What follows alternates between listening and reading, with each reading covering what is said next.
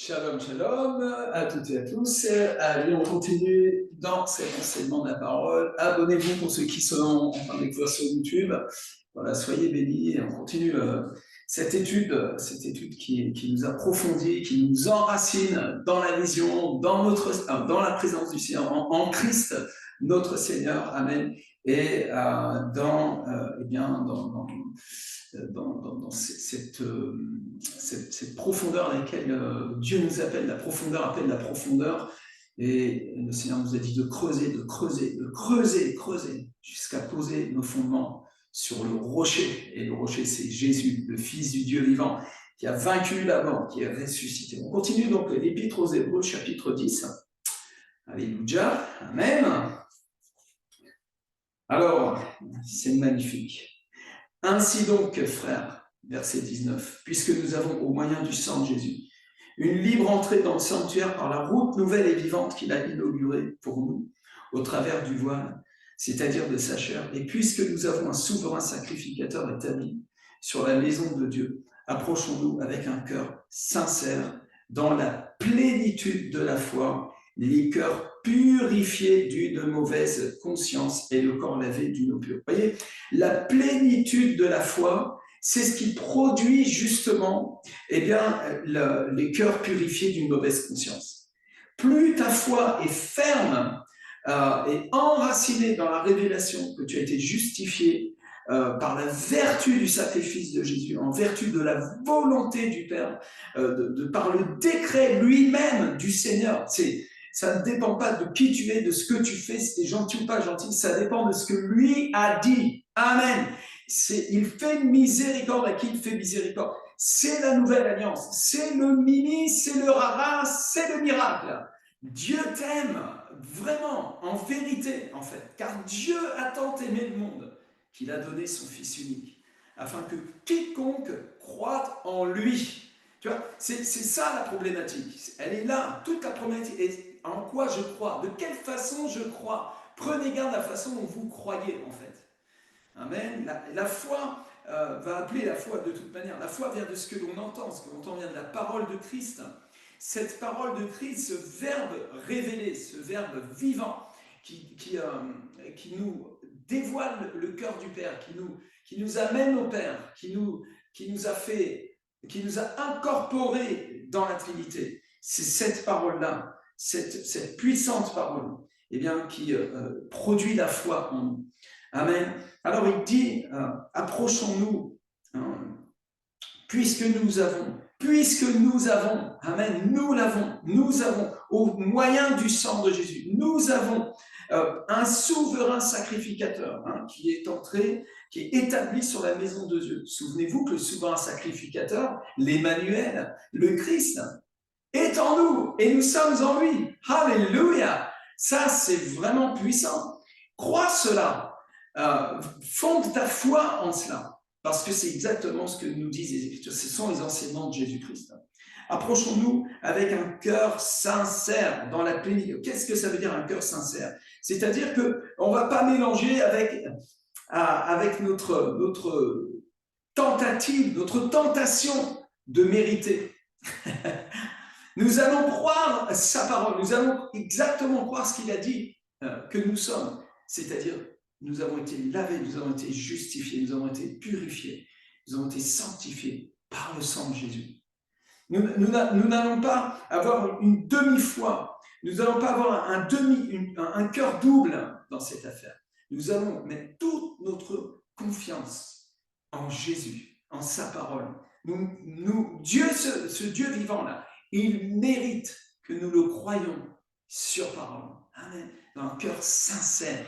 Je crois en toi, Seigneur, sincèrement. Et tout ce qui est en abnégation de cette grâce dans mon cœur. Si mon cœur me condamne, tu vois, Dieu est plus grand que mon cœur. Et je convertis mon cœur, je convertis ma foi à la confiance en Dieu, à un cœur sincère, dans la plénitude de la foi, tu comprends.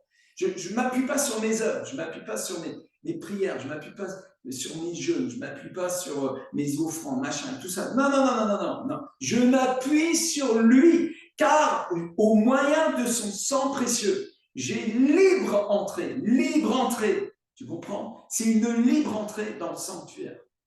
Et en réalité, cette libre entrée a fait que on t'a amené à être assis littéralement en Christ dans les lieux célestes. C'est exactement ça, c'est l'enseignement apostolique. Amen.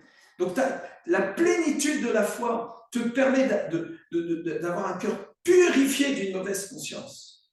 Pourquoi tu vas avoir encore une mauvaise conscience? Pourquoi tu vas avoir une mauvaise conscience? Libère ta conscience maintenant.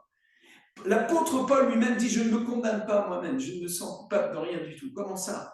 Paul, tu as fait emmener des gens en prison, tu es entré dans des foyers, tu as persécuté l'Église, tu as applaudi quand on tu as donné ta voix pour la lapidation d'Étienne, tu n'as pas mauvaise conscience.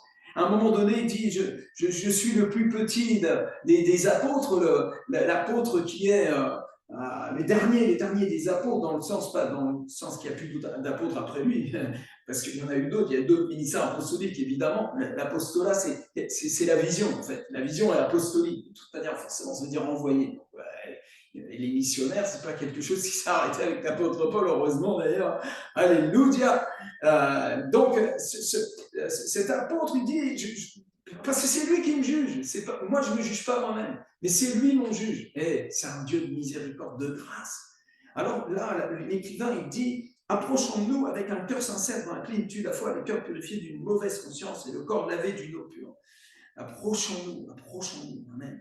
Approchons-nous du trône de la grâce, approchons-nous de ce Dieu vivant, ce Dieu d'amour, ce Dieu qui nous a rachetés, qui nous a fait du bien pour l'éternité, amen, qui a déchiré le voile, qui a ouvert maintenant la maison.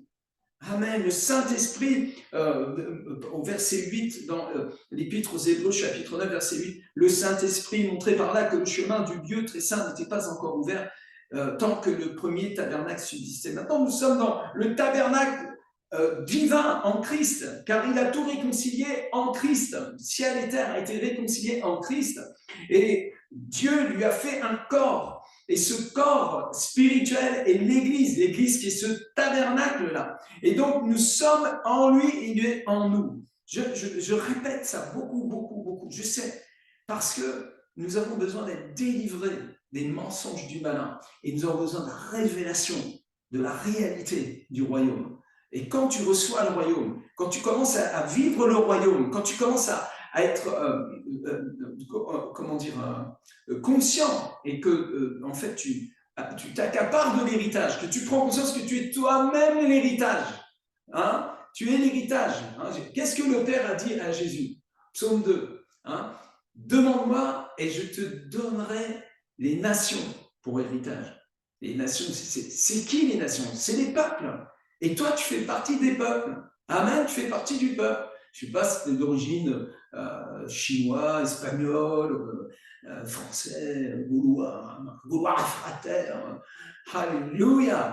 Si tu es à Christ, tu fais partie de l'héritage que le Père a donné. Et c'est ce qu'il dit dans Jean 17. Il dit à toi, tu me les as donnés. Amen. Vous voyez que Dieu sait ce qu'il dit et il sait où il va. Ça, c'est le royaume. Amen. Regarde, maintenant, il continue et c'est très fort. Approchons-nous avec un cœur sincère dans la plénitude de la foi, les cœurs purifiés d'une mauvaise conscience et le corps lavé d'une eau pure. Retenons fermement la profession de notre espérance. Amen. Retiens fermement. Tout ce temps que je passe avec vous à vous enseigner là, c'est pour vous. Je veux, si je suis ton pasteur, s'il te plaît, deviens une personne qui retient fermement. Alléluia. La profession de cette espérance. C'est une espérance vivante, c'est une espérance glorieuse. C'est pas évangélique ça, c'est le royaume des cieux. Retiens-le fermement, deviens une personne ferme dans la foi. Ah, mais je ne sens pas que Dieu m'aime. Tais-toi, s'il te plaît, arrête là maintenant. Mets ton âme au repos. Entre dans le repos. Vite, s'il te plaît. Empresse-toi d'entrer dans ce Shabbat, dans ce repos glorieux qui est celui de la foi. Commence à croire sans le sentir. Crois-le vraiment. Retiens fermement cette profession. Et la profession, c'est quelque chose qui se confesse. La profession, c'est quelque chose que l'on déclare. On a besoin de le déclarer. On a besoin de le proclamer. Amen. Pendant que je vous enseigne, moi, je me fais du bien aussi. Je me console avec la parole. Cette révélation qu'on trouve dans les Écritures nous console, nous affermisse. Hein, retenons fermement la profession de notre espérance, car celui qui a fait la promesse est fidèle. Le car, et là, le petit car, C-A-R, hein, coordination de néo-cornica, coordination, je ne sais plus, j'ai oublié. Ma prof de français nous met un petit mot, coordination, comment on appelle ça déjà? Allez, je ne vois pas les messages. Conjonction, merci, c'est Sardella qui a tiré la première. Conjonction de coordination, voilà, conjonction de coordination. Cette petite conjonction de coordination trinitaire avec ces 3 petites lettres C-A-R, ce mec-là, il voit la Trinité partout maintenant. Je blague, c'est une blague, calme-toi. Car, quand on te dit car, arrête-toi. Voilà, c'est important. Car, quand tu as ces mots-là qui arrivent, tu sais, mets ton intelligence au service de ta vie, de ton cœur. Qu'est-ce qu'il est en train de nous dire ici? Alors, je reprends. Et je reviens. Retenons fermement la profession de notre espérance, car celui qui a fait la promesse est fidèle. Tu vois, une fois de plus, tu ne t'appuies pas sur oh, je vais retenir fermement. Oh, je vais y arriver, faire un patient, tu vas être fier de moi. Non, calme-toi. Non. Car il est fidèle. Il est fidèle, c'est lui, il fait la promesse et il est fidèle pour tenir cette promesse. En fait, ça dépend du Dieu vivant. Tu sais, il y a eu un moment dans mon parcours, c'était dans les 10 premières années de ma vie chrétienne. Oh, j'en ai fait des efforts pour être un bon chrétien. Je peux te dire, j'étais radical. Vraiment, c'est des jeunes à te tuer, tu sais.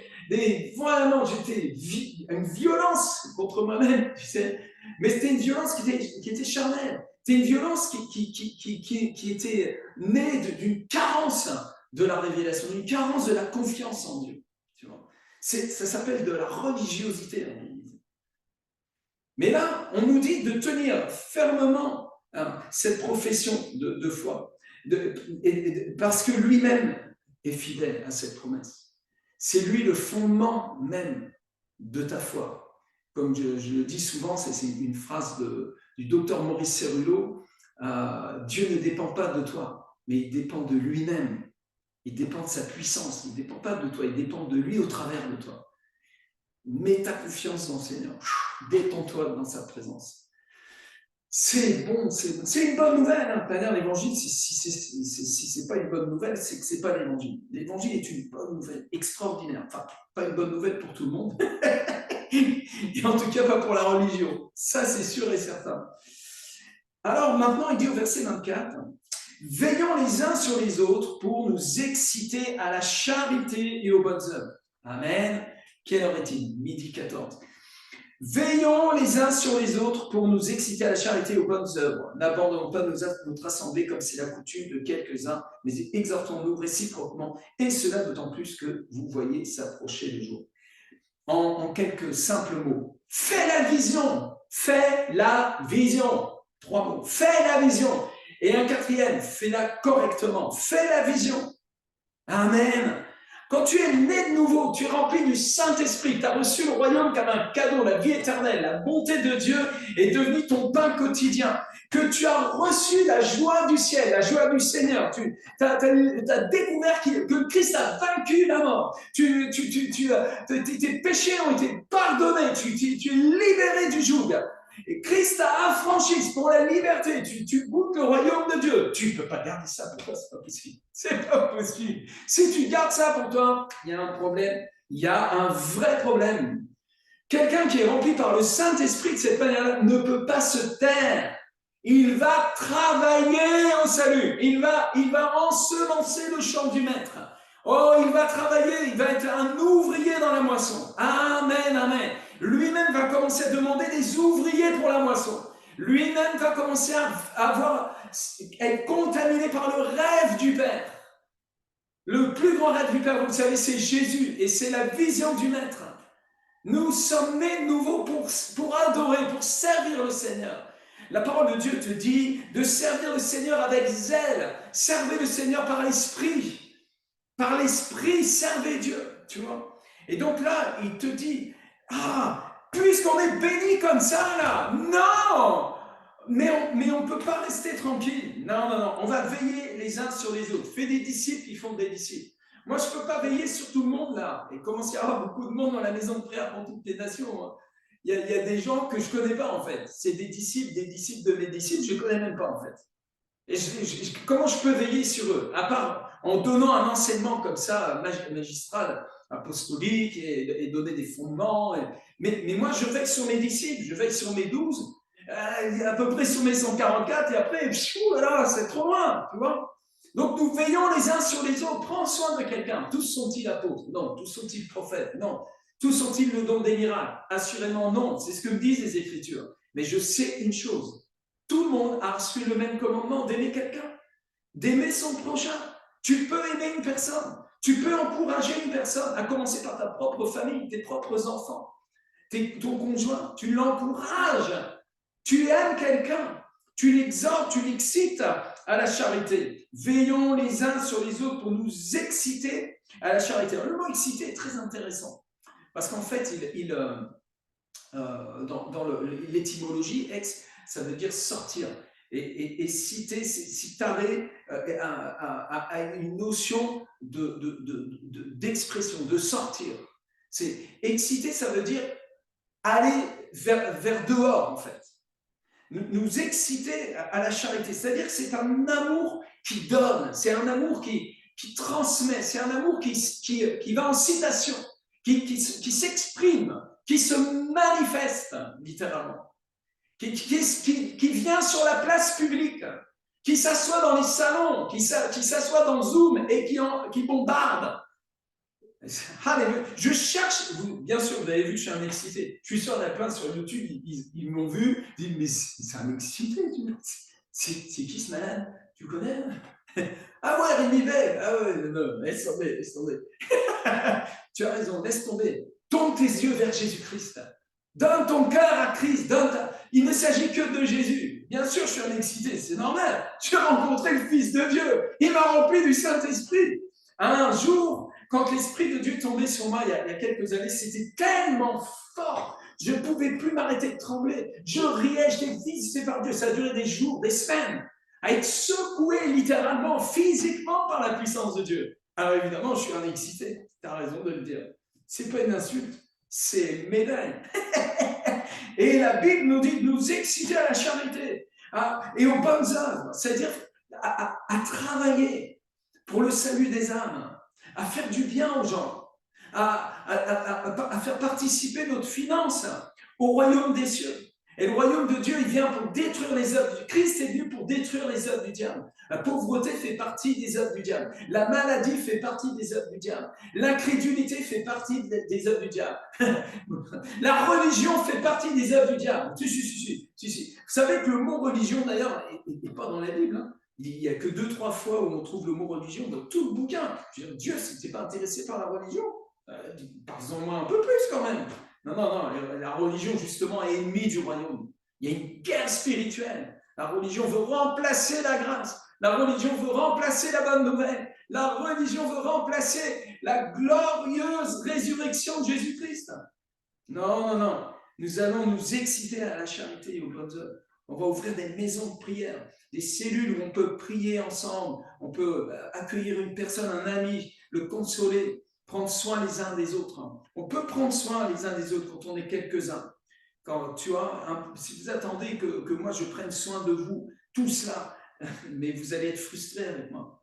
C'est pourquoi fais des disciples qui font des disciples. Et il y a plus de bonheur d'ailleurs à donner qu'à recevoir, j'ai remarqué. Hein? Quand tu donnes, tu as plus de bonheur qu'à recevoir. Toi de quelqu'un, tu verras, ça va monter, ça va déborder, tu vas avoir l'amour de Dieu qui va se manifester. Et puis, voilà, il y a beaucoup de travail, hein. Il y a du taf. Hein. Chacun peut trouver à genoux dans le secret de sa chambre un job. Le Saint-Esprit, il va te parler, il va te montrer ça, ce que tu peux faire. En tout cas, nous pouvons déjà ouvrir des cellules où on peut partager vraiment, pratiquer les 4 points cardinaux, vous vous souvenez, et persévérer ensemble dans l'enseignement des apôtres, dans la communion fraternelle, dans la fraction du pain, dans les prières, déjà les divins. Et j'ai pas pu aller dans l'évangile de Jean, mais je vais m'arrêter là parce qu'on a déjà donné pas mal. Mais je vais finir là-dessus. N'abandonnons pas notre assemblée comme c'est la coutume de quelques-uns. Amen. Vous savez, il y a certaines assemblées, il vaut mieux partir. Hein. Il y a des endroits, ce n'est pas des assemblées, c'est des sectes en fait. Ils appellent ça des assemblées, mais c'est des sectes en fait. Et on te tue là-dedans, tu vois, on te détruit psychologiquement, tout ça. Si, c'est vrai. Oh, si, c'est vrai. Et dans toutes les dénominations, il y a ce genre de truc. Hein. C'est parce que c'est une histoire de mec en fait. C'est une histoire de mec et puis de système aussi. Ok, je n'irai pas plus loin que ça. Mais cependant, quand on est en train de faire la vision, on n'a pas envie d'avoir la coutume de papillonner. Tu sais, ça c'est une coutume. Je papillonne. Je prends un petit peu de ci, un peu de ça, machin, puis je me fais ma petite sauce avec. Et pendant que tu fais ça, en fait, tu fais du McDonald's chrétien, en fait. Tu fais de la bouffe, de la bouffe. Tu vois, et puis si jamais tu aimes trop le Coca-Cola, tu vas prendre beaucoup de Coca-Cola, tu vas faire du sucre, tu vas faire diabète spirituel. Pas bon, tu vois. Non, tu as besoin de faire la vision correctement. Tu as besoin de faire partie de la vigne du Seigneur. Tu as besoin d'être un sarment qui porte du fruit. Tu as besoin d'être émondé par le Père. Le juste est un arbre planté dans la maison du Père. Amen. Un arbre planté, pas 2 fois déraciné, mais planté, que tes racines puissent prendre dans le Seigneur. Amen. Et là où est l'esprit du Seigneur et la liberté. Quand on fait la vision, et tous les gens qui sont rentrés avec nous avec la NPN, ils ont tous fait cette expérience de la liberté glorieuse des enfants de Dieu. C'est tout d'un coup ce qu'il y avait en eux, ça prend feu et ils prennent feu avec le Seigneur. Aussi, il y a des choses, des arguments, des choses qui sont touché par l'esprit, tu vois, des traits de caractère, ça, Dieu, il te taille, tu vois, comme un diamant jusqu'à ce que tu sois, arrivé à maturité. Nous ne voulons pas faire des disciples qui sont en dépendance affective religieuse, là, captifs, là, non, non, nous voulons faire des galériens, nous voulons déjà, eh bien, que les couples soient heureux pour ceux qui sont mariés, des familles, des foyers heureux. Je te préfère 1000 fois à côté de ton conjoint, ta conjointe, avec tes enfants, qu'à une réunion un dimanche, tu vois, s'il y a besoin, bien sûr, s'il y a besoin, tu vois, vos meilleures priorités sur ton foyer, sur ta famille, sur tes enfants, priorité sur ton couple, priorité sur tes enfants, tu vois. Et puis quand tu as la paix dans ton couple, c'est quand même vachement plus... C'est plus facile d'ouvrir après ta maison comme un foyer de paix, justement, tu vois, et que ta maison devienne un endroit où des gens puissent trouver la paix, trouver la guérison, tu vois. S'il te plaît, guéris avec le Seigneur, que ton cœur guérisse, tu vois. Alors, quand on est... Parce que, vous savez, l'être humain, et quelle heure est-il? Il est déjà 23, il faut que j'arrête. Oh Seigneur. L'être humain a besoin d'appartenance. Ça fait partie des 7 besoins fondamentaux chez l'être humain. Et l'appartenance, c'est quelque chose qui est inhérent à l'être humain. On a besoin d'appartenir. Et quand tu appartiens à Christ, que tu as pris conscience que tu es sa propriété privée et que le Seigneur est à toi et que tu es à lui et que sa bannière sur toi, c'est l'amour, libéré. Tu n'as plus peur de personne, de rien, tu es libéré et tu marches dans la justice de Dieu. Voilà. Et après, il faut être à un endroit où Dieu te veut. Amen. Un chrétien tout seul qui se balade, qui va à droite, à gauche et qui a la coutume d'abandonner son lieu de prière. Tu vois. C'est très perturbant. C'est comme ces gens qui sont tout le temps en train de déménager. Et à un moment donné, tu ne peux plus prendre racine socialement. C'est compliqué de prendre racine. Tu vis une sorte de solitude à laquelle tu t'habitues et c'est pas très très bon. On a besoin de nous aimer les uns les autres, à l'amour que vous avez les uns pour les autres.